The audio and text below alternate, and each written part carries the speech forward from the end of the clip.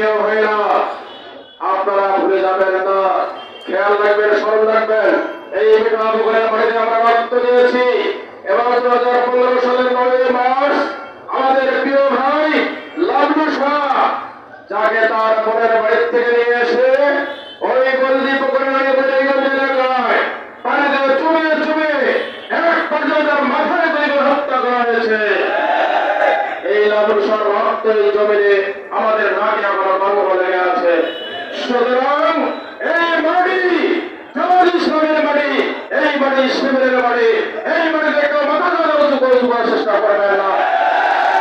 সারা বিশ্বে বন্ধুগণ, এদের স্বাধীন হয়েছে, এদের স্বাধীন করেছে এদেশের ছাত্র যুবক, এদেশের কৃষক শ্রমিক জনতা, সকল ব্যবসার অংশগ্রহণ এদের স্বাধীন হয়েছে।